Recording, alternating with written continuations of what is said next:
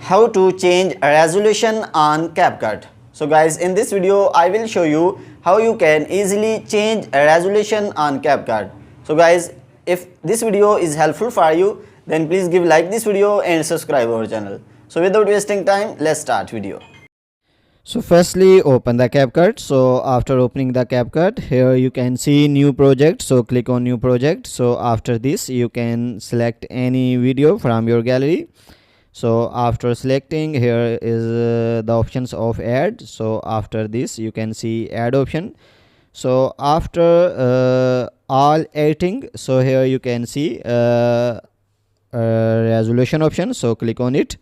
So after this, you can see here resolution. So you can select resolutions. So if you want to export your video from 2K or 4K, so you can select 2K or 4K. So after this, you can select 180 and 720 or 480p. So guys, in this way you can change resolutions on CapCut. If this video is helpful for you, then please give like this video and subscribe our channel. Thanks for watching.